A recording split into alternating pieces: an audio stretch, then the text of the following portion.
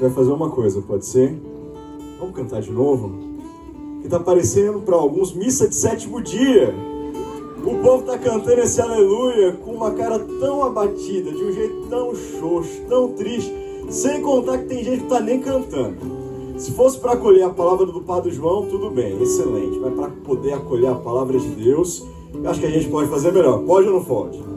Hoje é domingo, dia do Senhor, nós viemos na casa dele, queremos acolher a sua palavra, não de um jeito mais ou menos, mas com todo o coração, com toda a atenção, com toda a alma, com tudo que temos, com tudo que somos, porque essa palavra é viva e eficaz, ela nos transpassa como uma espada de dois gumes, ela pode transformar a nossa vida.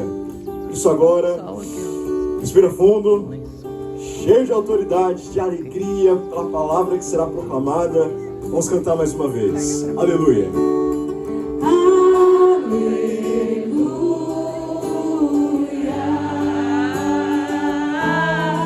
Mais força. Possamos alegrar o coração de Deus, que é o verbo, a palavra que se fez carne e habitou entre nós. Gratidão pelas sagradas escrituras, pelas palavras do Evangelho.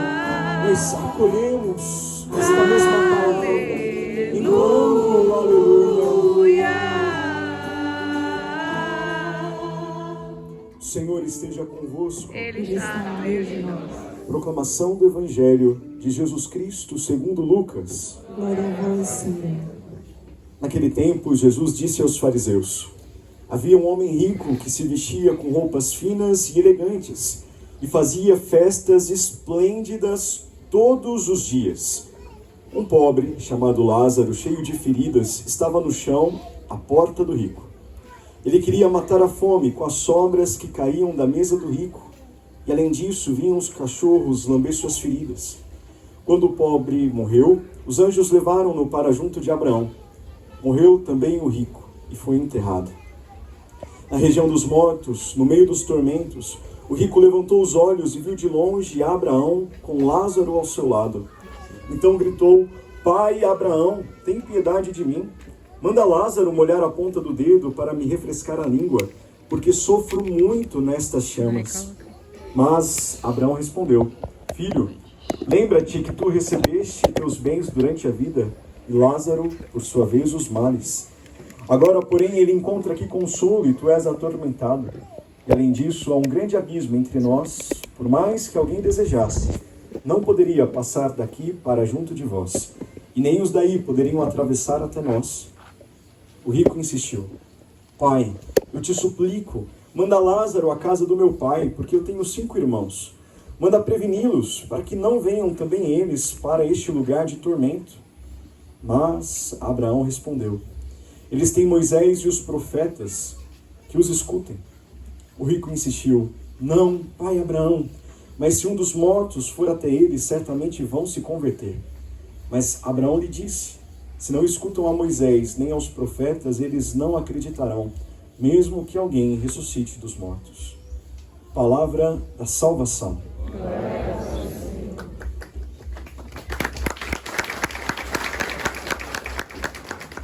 Louvado seja nosso Senhor Jesus Cristo.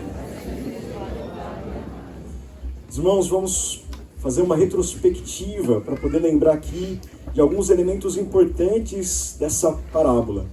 Jesus nos fala de um primeiro personagem, um homem rico. Ele não era pouco rico, ele era muito rico, um homem milionário. E a prova disso é que ele fazia festas esplêndidas, uma vez por semana, 2 vezes por semana, sábado e domingo, todos os dias, de segunda a segunda, na farra. E além disso, ele não queria andar vestido de qualquer jeito, mas usava roupas caríssimas. Em outra tradução se fala, ele usava púrpura e um linho finíssimo. Era um homem que gostava de esbanjar. O segundo personagem dessa parábola é Lázaro. E olha que interessante, o rico não tem nome na parábola. Por quê? Para que os fariseus que ouviam essa parábola pudessem se colocar no lugar desse personagem. E hoje o convite de Jesus é para que nós nos coloquemos no lugar dele. Mas do outro lado, Lázaro é o único personagem das parábolas de Jesus que tem nome. Um homem pobre, muito pobre, que era colocado na porta do rico para mendigar. Na época isso era uma coisa muito comum. Em Atos dos Apóstolos tem inclusive uma passagem onde se fala de um paralítico que era colocado ali na porta do templo, justamente aproveitando do movimento para poder levar um dinheirinho para casa, até que ele é encontrado por Pedro e João, que dão para ele não apenas o bem material, mas a cura, dão para ele o amor de Deus, muito além do que ele esperava. Muito bem, da mesma forma como a casa daquele homem rico era muito movimentada, as pessoas que conheciam aquele pobre doente o colocavam ali, para que quem sabe ele pudesse levar alguma ajuda para casa. Mas, infelizmente, a palavra nos fala que ninguém o via, ninguém o percebia, que ele tinha desejo de se alimentar com as migalhas que caíam da mesa do rico, mas nem isso lhe era dado. Ele ficava ali, ferido, machucado, doente, abandonado, esquecido, deixado de lado. Os únicos que lhe davam atenção eram os cachorros, os cães, que vinham para lamber as suas feridas. E a palavra então continua dizendo que os dois morrem. E aí, eles têm também destinos diferentes na eternidade. Enquanto o pobre, pela vida justa e de fidelidade que viveu, vai para o seio de Abraão, vai para o céu, para ali receber a recompensa de tudo aquilo que ele enfrentou e da sua fidelidade, o rico vai parar no quinto dos infernos. E de lá ele faz dois pedidos para Abraão e para Lázaro. Um primeiro é para que Abraão mandasse Lázaro molhar a ponta do seu dedo e fosse até ali no abismo onde ele se encontrava para saciar sua sede. E o segundo pedido é que Abraão mandasse Lázaro até a sua família para alertá-los para que eles não cometessem os mesmos erros. E Abraão olha para esse homem rico e diz que nenhuma coisa e nem outra seriam possíveis. Meus irmãos, a partir desses elementos, nós queremos levar algumas lições para a nossa casa. A primeira das lições, hoje, através dessa parábola, Jesus está nos alertando, nos atentando para um perigoso efeito colateral da avareza. A avareza, o apego aos bens, o apego ao dinheiro, é capaz de endurecer o nosso coração, nos tornando pessoas insensíveis, indiferentes, primeiramente em relação a Deus. A palavra nos diz que esse homem rico fazia festas esplêndidas todos os dias. Isso significa que ele também fazia festas esplêndidas aos sábados. E nós sabemos que para um judeu, um sábado era um dia onde ele não fazia nada, porque era um momento totalmente dedicado para que ele pudesse contemplar a criação e agradecer a Deus por todas as coisas, para que ele pudesse se relacionar com o Senhor.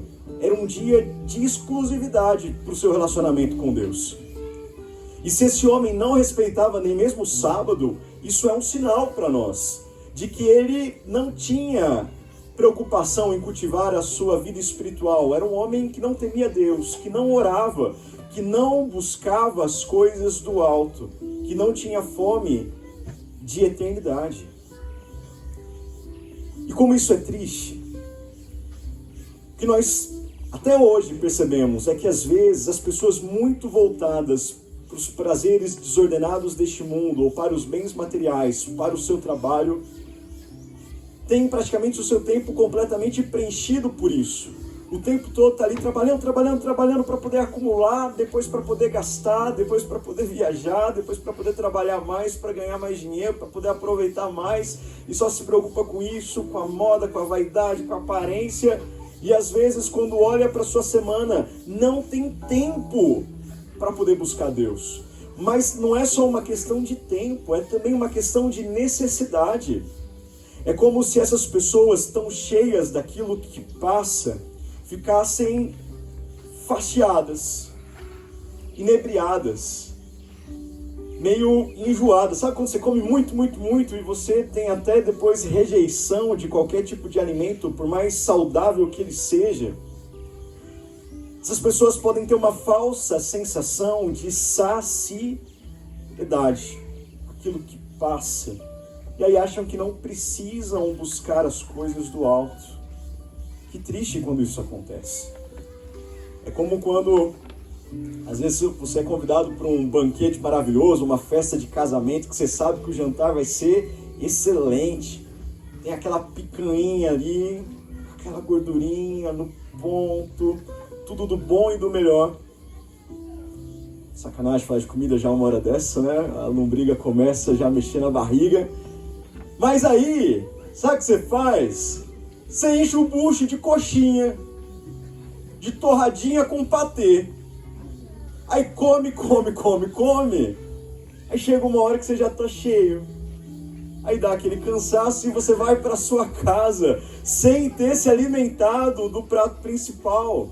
Meus irmãos, esses somos nós, quando nos saciamos apenas dos bens materiais, dos prazeres desordenados dessa vida, e não nos alimentamos daquilo que realmente vale a pena.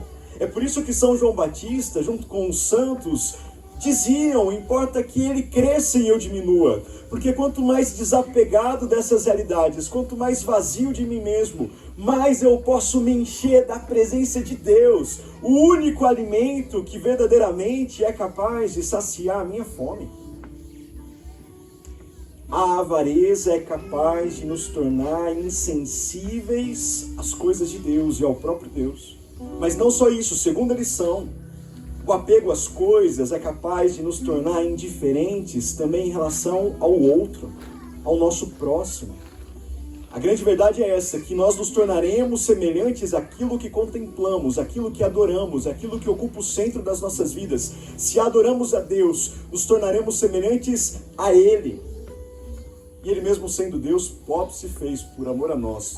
Jesus completamente desapegado, extremamente generoso, que amava ao Pai e a nós de todo o seu coração. Se nós o tivermos como centro, seremos como Ele. Mas se tivermos o trabalho, as coisas, os bens, o carro, a chácara, as viagens, nós nos tornaremos como as coisas, frios, duros, insensíveis, estéreis, indiferentes. Sobre essa realidade, o Papa Francisco, ele tem batido muito na tecla do quanto é preciso que nós tomemos cuidado com aquilo que ele chama de cultura da indiferença. E no dia 8 de janeiro de 2019, em cima da multiplicação dos pães e dos peixes de Marcos 6, o Papa, durante a homilia de Santa Marta, da casa de Santa Marta, ele nos diz algumas palavras a respeito disso que eu queria compartilhar com vocês. Com efeito, explicou o Papa Francisco, o Evangelho continua com essas palavras. A hora já estava bem avançada quando se achegaram a Jesus os seus discípulos e disseram: este lugar é deserto e já é tarde. Despede a multidão para irem aos sítios e aldeias vizinhas para que comprem algum alimento. Efetivamente, observou o Papa Francisco, era tarde, começava a escurecer, o povo estava faminto e o lugar era deserto. E não teria sido fácil ir pelos campos, porque naquele tempo não tinha iluminação nas estradas, era tudo escuro. Como dizer? Que se arranjem e comprem pão, mas nós estamos garantidos, porque eles sabiam que tinham pão e queriam conservá-lo. Isso é indiferença. Quer dizer, os apóstolos estavam tranquilos e seguros, porque o pão e o peixe que tinha dava para eles se alimentarem. Mas eles nem queriam saber como é que a multidão, no meio da noite, ia se virar para poder se alimentar. Eles estavam bem. E aí o Papa diz, isso é indiferença. Aos discípulos não interessavam as pessoas, interessava Jesus, porque o amavam. E eles não eram malvados, eles eram indiferentes. Ainda não sabiam o que era o amor, a compaixão e a indiferença. Mas a resposta de Jesus é pungente, dai-lhes vós mesmos de comer, o que significa, cuidai deles. Ou seja, parem de desculpa, de justificativas, não sejam indiferentes, Cuidem dos seus irmãos. Precisamente essa é a luta entre a compaixão de Jesus e a indiferença. A indiferença que se repete sempre na história, sempre. Tantas pessoas que são boas, mas não entendem as necessidades dos outros, não são capazes de compaixão. E, no entanto, até que são pessoas boas. Mas, acrescentou o Papa, talvez o amor de Deus não tenha entrado no seu coração ou não o tenham deixado entrar. O que o Papa está dizendo aqui? Que talvez algumas pessoas, por não fazerem diretamente o mal, se sentem tranquilas, mas que infelizmente às vezes não tomam o cuidado de evitarem a indiferença em relação ao outro. E aí ele continua dizendo: vem em minha mente uma fotografia que está na esmolaria. A esmolaria é o órgão dentro do Vaticano responsável em fazer caridade em nome do Papa. E lá, nesse lugar, há uma foto espontânea, tirada por um rapaz romano, que depois ofereceu à esmolaria. E qual é a foto? Ali era uma noite de inverno, e via-se pelo modo de vestir das pessoas os casacos de pele. E aí, essas pessoas saíam de um restaurante bem agasalhados com os seus casacos de pele.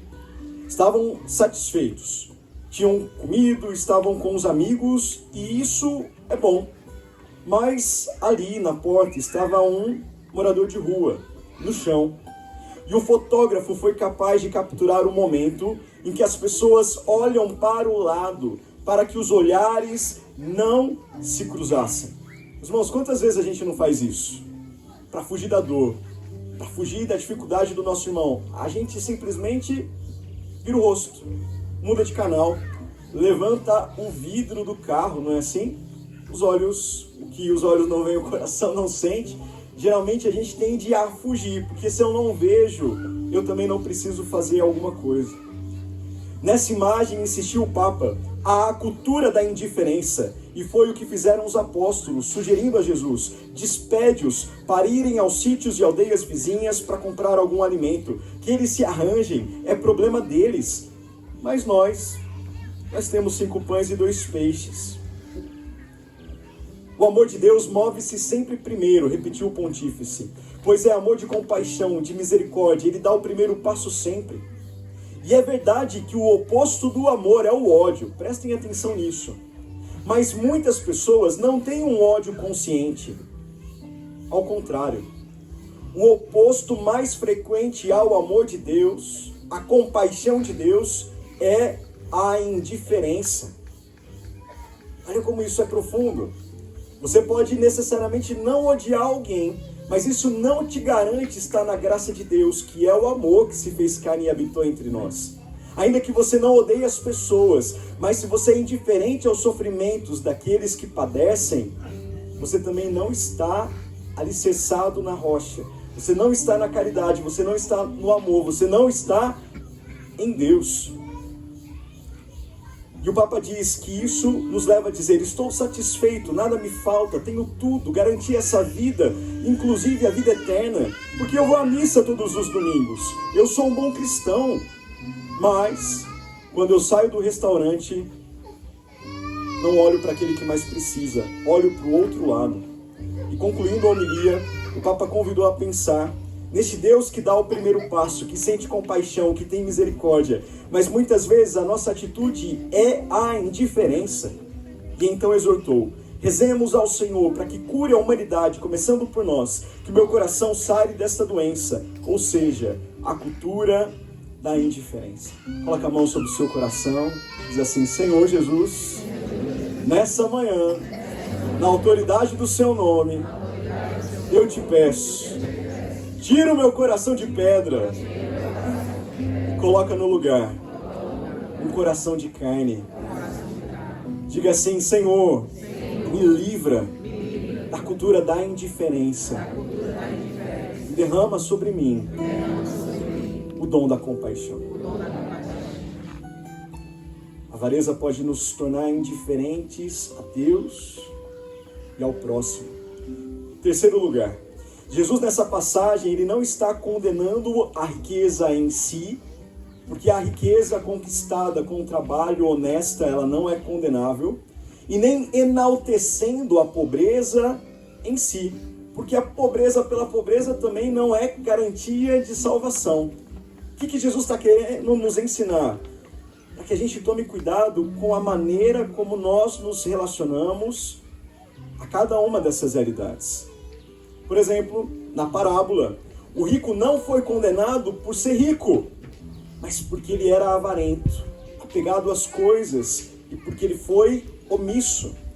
Porque ele não compreendeu que tudo que ele tinha recebido não era para que ele pudesse só esbanjar todos os dias, mas Deus o confiava esses bens para que ele fosse um bom administrador e fizesse com que tudo isso também alcançasse aqueles que mais precisavam, para que a bênção que alcançava a sua vida transbordasse através dele para a vida dos seus irmãos.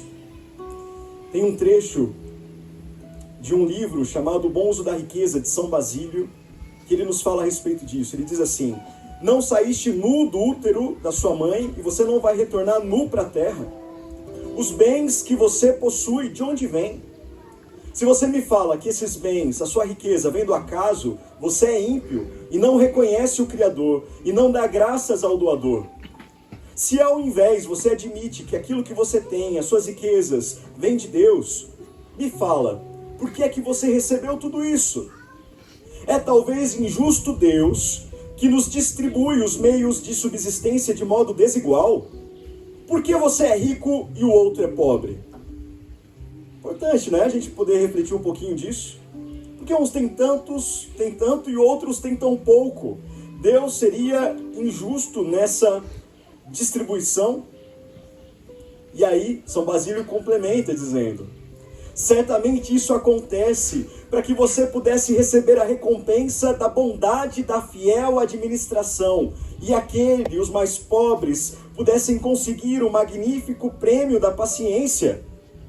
E tu, enquanto procuras abarcar tudo nos insaciáveis ventres da avareza, julgas não fazer injustiça a ninguém, privando tanta gente do necessário? Quem é o avarento? Aquele que não se contenta com aquilo que lhe é suficiente. Quem é o ladrão? É aquele que tira o que é do outro. E você? Você não é avarento? Você não é ladrão? Você que faz tua a propriedade que recebeu para administrar? Quem expolia alguém que está vestido é tido como ladrão. E quem, podendo fazê-lo, não reveste quem está nu, merecerá outro nome? E aí, prepara a buchada, que aí vem facada de São Basílio. O pão que tu retens pertence ao faminto. O manto que guardas no armário é de quem está nu. Os sapatos que apodrecem em tua casa pertencem ao descalço. O dinheiro que você tem enterrado é do necessitado, porque tantos são aqueles aos quais fazeis injustiças, quantos aqueles que poderias socorrer. Meus irmãos, o que São Basílio aqui está nos alertando é sobre o pecado da omissão. O homem rico, como eu disse, não foi condenado porque era rico, nem porque ele matou alguém, nem porque ele roubou alguém, nem porque ele desonrou seus pais. A palavra também não nos fala que ele era um homem adúltero, mas ele foi condenado porque ele poderia ter feito o bem e ele não o fez. Não é à toa aqui, na fórmula do ato penitencial, o que a gente reza na missa? Confesso a Deus Todo-Poderoso e a vós, irmãos e irmãs, que pequei muitas vezes por pensamentos e palavras, atos e omissões. Às vezes nós nos preocupamos em não fazer o mal aos outros, mas não nos preocupamos com o bem que deixamos de fazer. E a palavra nos diz que assim como um dia poderemos ouvir de Jesus: vinde, benditos do meu Pai, porque tive fome e me deste de comer, tive sede e me deste de beber, estive nu e me vestistes, estive preso e vocês foram me visitar. A gente também vai poder ouvir: eu estive com fome e você não me deu de comer. Eu tive sede e você não me deu de beber. Eu estive nu e você não me vestiu. Eu estive doente e você não cuidou de mim. Eu estive preso e você não foi me visitar. Afastai-vos de mim, malditos. Meus irmãos, a nossa omissão mata. o outro e pode também tirar de nós a vida eterna. Mais uma vez, quando a gente olha aqui para a vida do pobre, ele não se salvou simplesmente porque era pobre, mas porque na sua pobreza ele permaneceu com os olhos voltados para Deus. À espera de que o Senhor lhe fizesse justiça, ele não se rebelou. Ele não quis pegar a porta larga, um atalho, já que esse homem não me dá o que eu preciso, já sei, eu vou fazer uma gangue aqui na madrugada, a gente vai entrar, vamos assaltá-lo, vamos sequestrá-lo, vamos matá-lo, porque esse homem não merece viver. Ele não quis resolver o seu problema com as suas próprias mãos, mas ele permaneceu ali resignado, fiel a Deus. E como o ouro é provado, purificado no fogo, esse homem foi forjado no cadinho da humilhação. E depois da morte ele experimentou a recompensa, não da sua pobreza pela pobreza, mas pela maneira como ele viveu a sua pobreza. Meus irmãos, o problema não é ser pobre ou ser rico, mas como a gente se relaciona com essas realidades. Existem ricos desapegados, generosos, santos. A palavra nos diz que Abraão estava no céu, e Abraão foi um homem muito rico, que tinha muitas posses, muitos bens, e que se salvou. Por quê? Porque não vivia voltado apenas para o seu próprio umbigo. Abraão tinha um coração que se compadecia, ele vivia para fora de si, e por isso alcançou a recompensa da vida eterna. E do outro lado, a gente sabe que, infelizmente, existem pobres que são ricos, apegados ao pouco que têm, que são avarentos, incapazes de ajudar quem quer que seja. E por isso, mais uma vez, o problema não é ser pobre ou rico, mas como a gente vive essas realidades. E São Paulo, ali na carta aos Filipenses, capítulo 4, de 11 a 23, ele nos diz o segredo da nossa vida. Ele fala assim: eu aprendi a viver bem em toda circunstância. Eu sei o que é passar necessidade e sei o que é andar com fartura. Eu aprendi o mistério de viver feliz em todo lugar, em qualquer situação, seja pobre ou seja rico. Esteja bem alimentado ou mesmo com fome, possuindo fartura ou passando privações. Tudo posso naquele que me fortalece. São Paulo aqui está nos dizendo que, independente do que a gente vive hoje, é preciso que nós vivamos para a glória de Deus. Quarta lição, talvez a mais rápida desse dia que a gente vai aprender com essa parábola, é que todos nós um dia iremos bater as botas. Nós iremos morrer. O pobre morreu, o rico morreu, Padre João vai morrer, a Clara vai morrer, Ivoneide vai morrer. Esperamos que não por agora, né? E sabe qual é a outra notícia? Você também vai morrer. Mais cedo ou mais tarde, pode ser daqui a pouco, pode ser daqui a anos, vai chegar. E daqui não levaremos nada, apenas o quanto amamos a Deus e o quanto amamos o próximo. Quinto lugar, o que a gente aprende com essa parábola? Que depois da morte logo vem o juízo. Não se volta depois, não se tem segunda chance, não há reencarnação. E da mesma forma, nessa parábola fica muito explícito para nós que não há comunicação com os mortos. Quem foi, foi, e não volta para ficar falando com aquele que está aqui. E eu digo com todo respeito, aqueles que seguem a doutrina espírita, à luz dessa palavra fica muito claro para nós que é incompatível nós sermos cristãos, católicos e ao mesmo tempo espíritas. Você pode querer ser espírita, mas não dá para você querer ser espírita e ao mesmo tempo ser cristão, católico, porque nós acreditamos na ressurreição e seguimos aquilo que nos diz a palavra, Deuteronômio 19, a partir do versículo 9. Olha só o alerta que Deus nos faz. Quando entrarem na terra que o Senhor, o seu Deus, dá a vocês, não procurem imitar a coisas repugnantes que as nações de lá praticam. Não permitam que se ache alguém no meio de vocês que queime em sacrifício o seu filho ou a sua filha, que pratique adivinhação. Tudo isso são coisas que Deus abomina. Que se dedique à magia ou faça presságios, que pratique a feitiçaria ou faça encantamentos, que seja médium, que consulte os espíritos ou consulte os mortos. Essas são realidades que Deus abomina. E não é palavra do Padre João, é palavra de Deus. O Senhor tem repugnância por quem pratica essas coisas, e é por causa dessas abominações que o Senhor, o seu Deus, vai expulsar aquelas nações da presença de vocês. Sexta lição, a gente aprende com essa parábola que depois da morte não há mudança. A morte apenas vai enraizar, cristalizar aquilo que nós já vivemos no momento presente. Vejam só esse homem rico. Ele chegou lá, estava no inferno e ainda queria dar ordem nos outros. Queria ficar mandando em Abraão, queria ficar mandando em Lázaro. Ou seja, a sua arrogância, a sua soberba que ele já tinha aqui nessa terra, o acompanhou para a eternidade. E se aqui ele já vivia uma vida distante de Deus, a palavra diz que entre ele e o céu havia um grande abismo.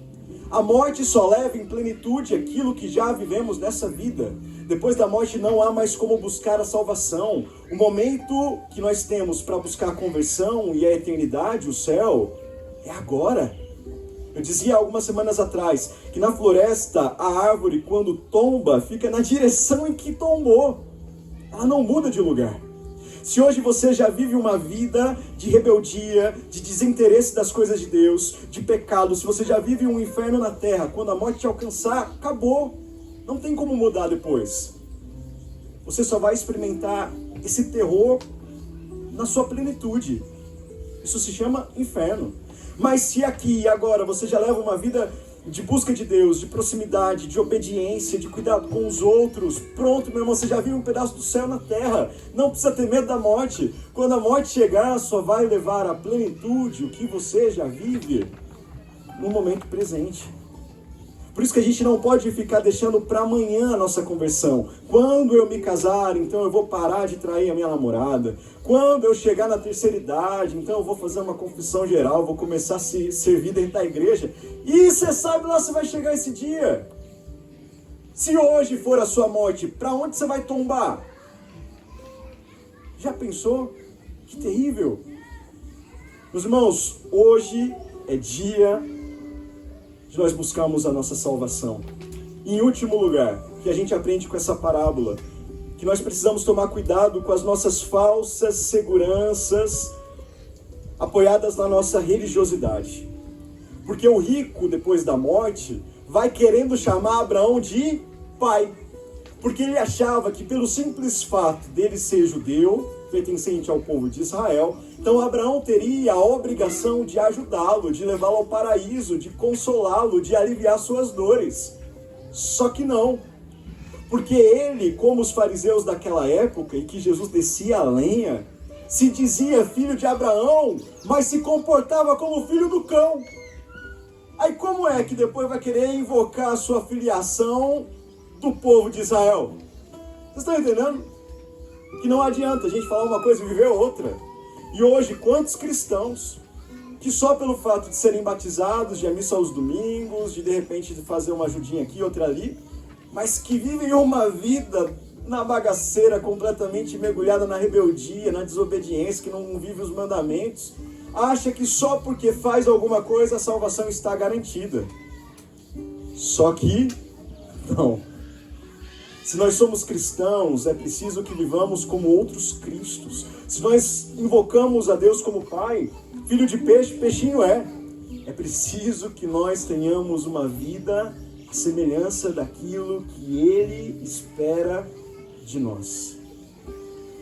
Resumindo tudo isso, meus irmãos, essas 7 lições que aprendemos com a parábola do rico e do Lázaro, que o Senhor hoje nos livre, nos proteja de toda essa cegueira espiritual, dessa insensibilidade do nosso coração, que tantas vezes, apegado às coisas desse mundo, acabam nos tornando indiferentes a Deus e àqueles que mais precisam.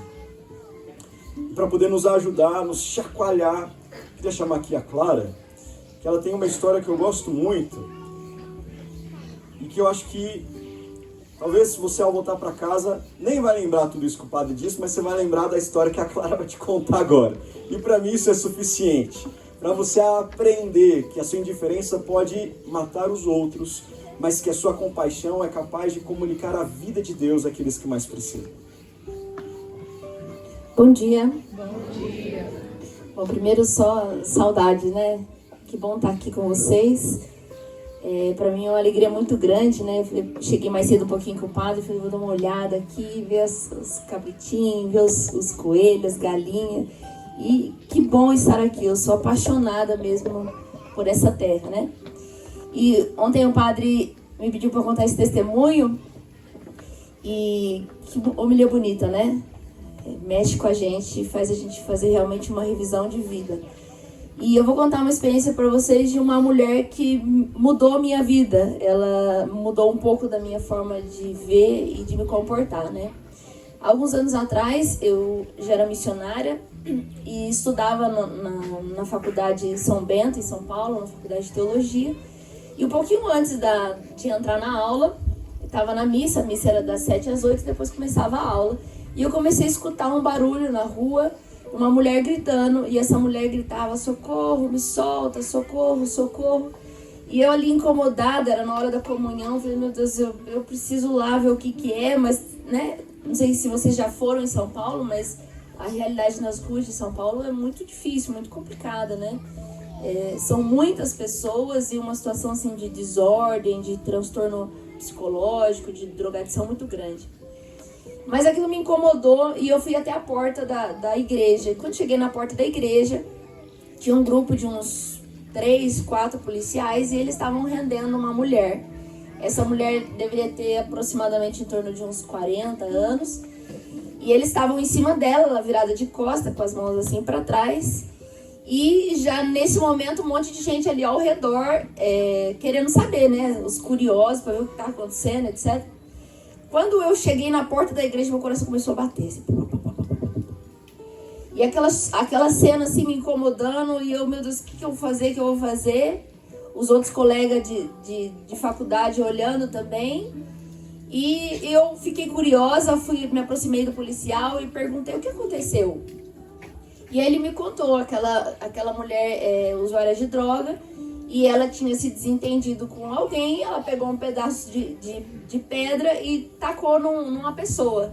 E a polícia estava passando, a polícia rendeu e etc. E aí ele falou, mas eu acho que a gente não vai levar para a delegacia não, porque ela tem problema mental. Nós vamos chamar o SAMU, vamos mandar a ambulância para levar ela, né? Aí eu voltei pro meu lugar e aquela coisa incomodando, meu coração batendo. Eu pensei assim comigo, bom, vou fazer assim. Vou esperar a ambulância chegar. Quando a ambulância chegar, eu pergunto para onde vão levar ela. E quando for levar ela, depois uma outra vez, quem sabe eu vou fazer uma visita, eu vou tentar alguma coisa. E fiquei ali esperando, e com aquela sensação de angústia, Deus me incomodando, né? Quando a ambulância chegou, pegaram ela, amarraram ela na maca, colocaram ela. E de repente veio um ímpeto no meu coração. E aquela batedeira aumentou, né? Acelerou mais. Eu me aproximei da ambulância. A hora que eles colocaram ela dentro da maca, dentro da ambulância, eu pedi para os outros que estavam comigo, avisam os meus irmãos, né, de comunidade, na época eu não tinha celular, avisa os meus irmãos que eu vou ali e já volto. Foi tipo assim, quando colocou ela dentro da ambulância, eu entrei na ambulância e sentei. A enfermeira olhou para mim e falou assim, quem é você? Eu disse, eu sou responsável por ela. E ela falou assim, qual é o nome dela? Eu falei assim, ainda não sei. Ela falou assim, você vai? Eu disse, vou. Ela falou assim, então põe o cinto. Ela não tinha o que falar, era uma mulher, para ela, indigente. E eu senti que Deus deu aquela mulher para mim. E fui na ambulância, sabe lá Deus onde eu tava indo, né? São Paulo é uma cidade muito grande, não sabia nem para que hospital eu tava indo, sem telefone, sem dinheiro, sem nada. Entrei na ambulância e chegamos lá no hospital, os médicos não queriam atender, porque o hospital psiquiátrico era fora da região onde ela foi. Aquelas confusão, né, de geográfica. E fui lá e conversei com o médico, e o médico todo, sem querer mesmo atender a situação. E eu disse, não, pode atender ela, porque eu sou responsável por ela e tal. E ela, assim, tava muito drogada e delirando, né? Então ela falava vários nomes. Um dos nomes que ela falou, eu batizei ela. Chamei ela de Valéria primeiro, né? Aí ela dizia que era Valéria, aí falou, Valéria da Silva, pus no nome do registro dela. E o meu nome como responsável no hospital, né? Teve uma hora que o rapaz da ambulância foi soltar ela para poder entrar. E ela tava um pouquinho mais calma. Aí ele soltou os braços, ela sentou na maca. E aí ela teve um surto de novo, veio de novo comigo e fechou assim, me deu um soco no rosto. Aí eu, não, fica tranquilo, é assim mesmo, eu já sei como ela é, né? Tinha visto aquela mulher pela primeira vez. E foi assim a história, né? Depois eu descobri o nome dela é Joana. Acompanhei o processo de internação, fiquei lá, passei o dia todo com ela na internação. Depois ela ficou mais uma semana internada e eu levei ela para minha casa, né? Levei ela para a comunidade e ela ficou um bom tempo com a gente, com seus altos e baixos, né? Porque além do problema com a droga, ela também tinha o problema psiquiátrico e tal. Mas a Joana, que depois o nome dela é Joana, né? Assim, o que ela disse, né? Porque não tinha documento, não tinha nada. Ela mudou a forma de ver as pessoas e eu senti que a Joana era a minha responsabilidade. De vez em quando eu encontro ela pelas ruas de São Paulo. A Joana não conseguiu continuar seu acompanhamento. E de onde ela tá, mais doida, sempre doida, de droga, de crack. Onde ela tá, ela me encontra, começa a gritar e vem correndo para me dar um abraço. E Deus me deu uma filha. A Joana, ela tá dentro de mim, faz parte da... E eu sinto que isso... Para mim, assim, dentro do meu chamado, aproveito só para compartilhar com vocês o porquê que isso é tão importante para mim, né? Quando eu saí de Alfenas, no interior de Minas, que é a cidade dos meus pais, tinha 18 anos, acabado de completar 18 anos, e eu sentia que Deus me chamava a uma vida missionária como celibatária, entregando a minha vida para Deus 100%. E quando eu tive minha conversa com meu pai e minha mãe, fui explicar para eles que eu ia ser missionária. Minha mãe chorou, né? Fez aquele drama que as mulheres sabem fazer para tentar me convencer de não, de não, de não. E o meu pai só fez uma pergunta. Ele disse assim para mim: o que você vai fazer com todos os anos de escola particular que eu paguei para você? Eu respirei fundo e disse assim para ele: pai, eu vou dar para os pobres. Então, eu sinto que o que Deus me deu, né? E aqui eu não tenho bens, né? Dentro da minha escolha eu não tenho bens. Mas eu sinto que Deus me convida de dar os bens que eu tenho. O meu coração, a minha inteligência, o meu tempo, a minha disponibilidade. Né? E essa homilia que o padre ajudou a gente a entender tão bem a palavra, né? Às vezes a gente não se sente tão rico como esse homem do Evangelho. Mas nós temos riquezas, né? Talvez a tua família é uma riqueza. O quanto você aprendeu. E eu sinto isso, assim, a minha família, meu pai, minha mãe. Eu sou rica de tanto que eu aprendi dos meus pais. E quando eu me aproximo de alguém, o amor que eu senti da minha mãe, eu sinto que Deus me pede de também ser mãe dos órfãos. E às vezes são órfãos com pais vivos, né? Então, eu quero compartilhar esse testemunho para que cada um de nós também sinta qual é a riqueza que você recebeu de Deus que pode ser compartilhada. Para que isso nos cure dessa indiferença. Talvez seja pouquinho, mas o pouquinho que você pode fazer é a tua contribuição para um mundo melhor. Amém? Obrigada.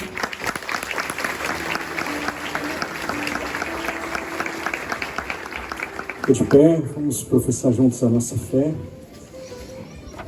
Vamos pedir que Deus também nos ilumine. Quantas Joanas por aí, precisando de alguém que se comprometa, que se responsabilize por elas, por eles. Que ao professar a nossa fé, isso não seja algo apenas da boca para fora, mas que a nossa fé se transforme em obras, porque como São Tiago nos diz, a fé sem obras é morta. Creio em Deus Pai Todo-Poderoso, Criador do céu e da terra, e em Jesus Cristo, seu único Filho, nosso Senhor, que foi concebido pelo poder do Espírito Santo, nasceu da Virgem Maria, padeceu sob Pôncio Pilatos, foi crucificado, morto, sepultado, desceu à mansão dos mortos, ressuscitou ao terceiro dia, subiu ao céu, está sentado à direita de Deus Pai Todo-Poderoso, de onde há de vir a julgar os vivos e os mortos. Creio no Espírito Santo, na Santa Igreja Católica, na comunhão dos santos, na remissão dos pecados, na ressurreição da carne, na vida eterna. Amém.